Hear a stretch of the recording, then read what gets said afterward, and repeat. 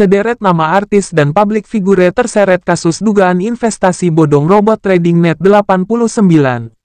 Beberapa di antaranya adalah Kevin Aprilio, Atta Halilintar, Taki Malik, Adri Prakarsa, Dramar Niji.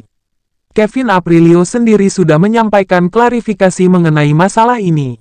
Ia mengaku tak menyangka dirinya terseret masalah dugaan investasi bodong, karena ia hanya diminta untuk memberikan testimoni oleh temannya pemilik Net89. Terlepas dari itu, Kevin Aprilio merasa kondisi Atta Halilintar lebih menyedihkan darinya. Sebenarnya saya cuma disuruh kasih testimoni, dibilang ditipu, ya jatuhnya terjebak sih. Tapi saya juga mau bahas sedikit karena ada korelasinya. Ini ada hubungan sama Atta, karena dia itu lebih kasihan lagi, kata Kevin Aprilio saat ditemui di kawasan Cilandak, Jakarta Selatan, Senin tanggal 31 Oktober tahun 2022. Pasalnya menurut Kevin Aprilio, dalam kasus ini Atta Halilintar benar-benar tidak tahu apa-apa. Tiba-tiba namanya terseret diduga ikut menikmati aliran dana dari Net89. Menurut saya dia enggak tahu apa-apa. Ini sebenarnya saat itu ketika diterima. Sebenarnya menurut saya dia enggak salah. Karena dia enggak tahu apa-apa. Dia enggak tahu si trading itu kerjanya. Sumber dari mana? Kata Kevin Aprilio. Dalam hal ini, Atta Halilintar tengah melelang barang bersejarahnya yaitu bandana. Salah satu yang melakukan penawaran rupanya adalah Net89. Di situ, Atta Halilintar dianggap menerima aliran dana dan ikut menikmati keuntungan Net89. Paling komunikasi sama dramernya Niji, Andri.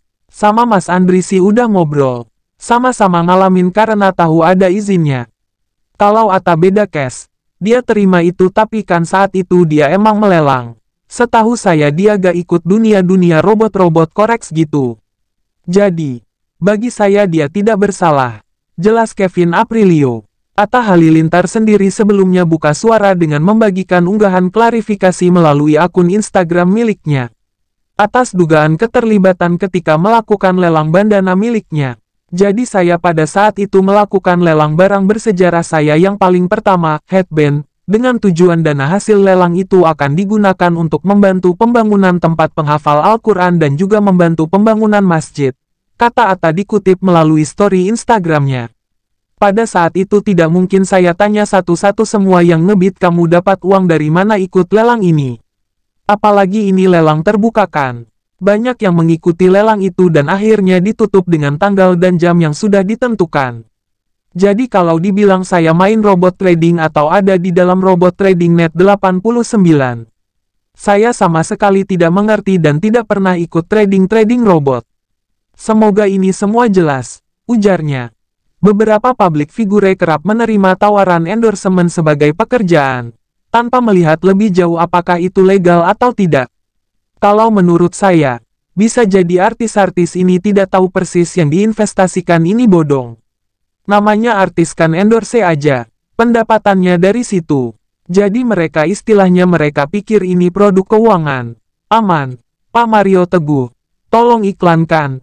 Kami kasih 10 juta rupiah, misalnya. Jadi ya dia kerja seperti biasa. Seperti iklan sabun, sepatu. Dia pikir itu produk yang aman-aman saja, tuturnya. Menurut dia, pihak regulator seperti Otoritas Jasa Keuangan (OJK) seharusnya lebih memperluas sosialisasi terhadap investasi bodong, seperti robot trading Net89, bukan hanya kepada masyarakat saja. Jadi OJK tuh bukan hanya masyarakat saja yang dihimbau. Itu sih dari dulu bola-bali udah sering. Yang sekarang harus diedukasi tuh artisnya. Jangan sembarang terima tawaran endorse, ungkapnya. Itu sih yang menurut saya belum dilakukan, dan perlu dilakukan. Karena artis juga bagian dari masyarakat, kata Teguh. Sebaliknya, ia pun meminta masyarakat lebih cermat dalam melihat iklan produk dan jasa investasi. Bukan hanya karena itu dipromosikan oleh publik figure yang punya reputasi baik, masyarakat kemudian menerimanya begitu saja. Namanya artis kan dari dulu sudah ada, tapi biasanya mereka tidak ikut-ikutan beginian. Biasanya dulu kasus investasi bodong menyebar dari mulut ke mulut aja, ucap Teguh. Sekarang, Masyarakat udah pintar, tapi orang penipunya lebih pintar lagi. Mereka pakai jasa artis. Artinya, masyarakat sekarang bahkan meskipun sudah dipromosikan oleh artis kita jangan langsung percaya. Lihat lagi legalitasnya, tegasnya. Bantahan juga telah dilakukan sejumlah pihak yang tersetet.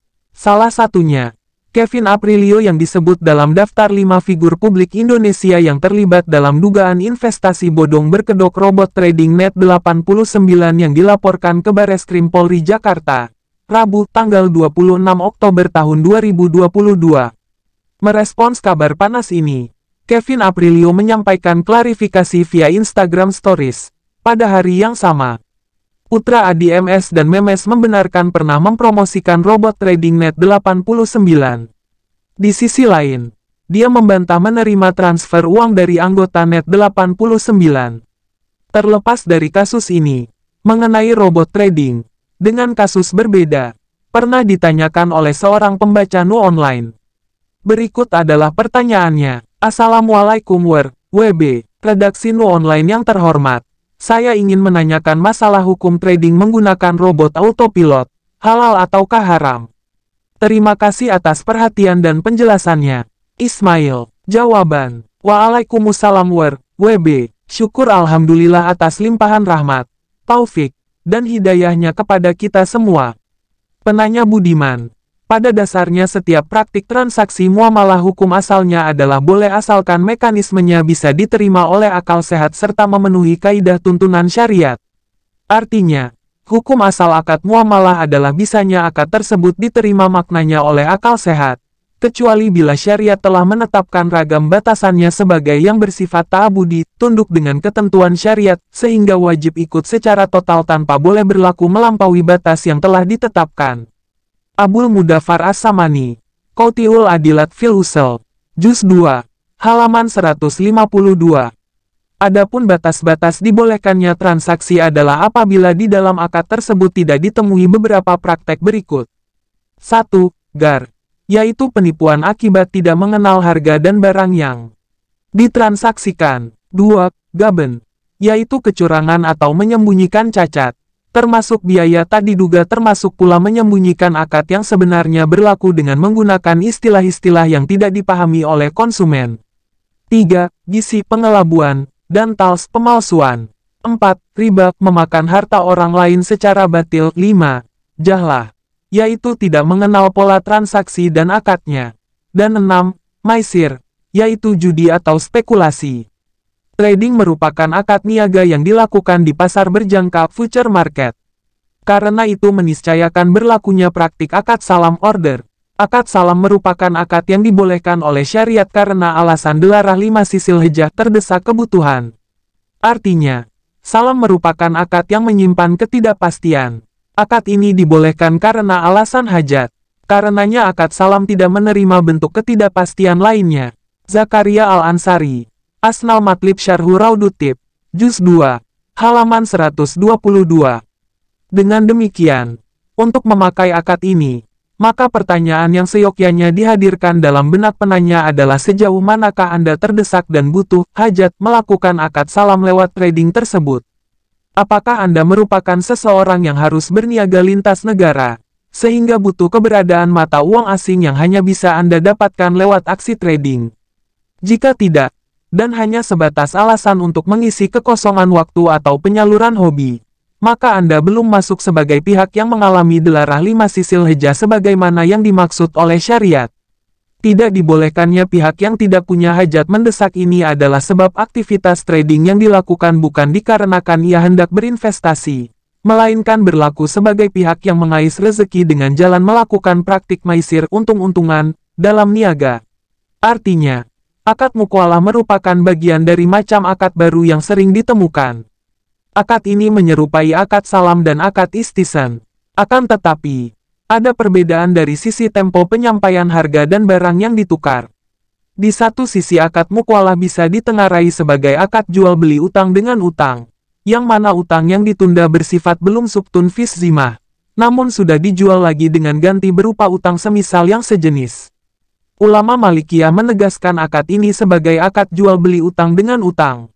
Di sisi yang lain, Ada salah satu ulama yang membahas bahwa hajat penerapan akad muqalah saat ini telah menempati derajat darurat karena keumuman praktek masyarakat, dan sulitnya para niagawan, trader, dan pelaku muqalah tanpa legalitas akad tersebut.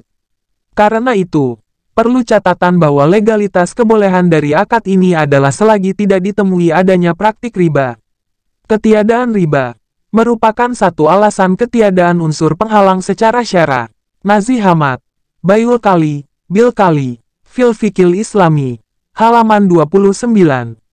Alhasil, tanda-tanda bagi terbitnya unsur darurat sehingga boleh melakukan trading adalah: 1. Apabila pelaku trader adalah seorang niagawan yang mengharuskan ia melakukan praktik trading, dan 2. Terbitnya kesulitan untuk berniaga bila tidak diperantarai dengan trading.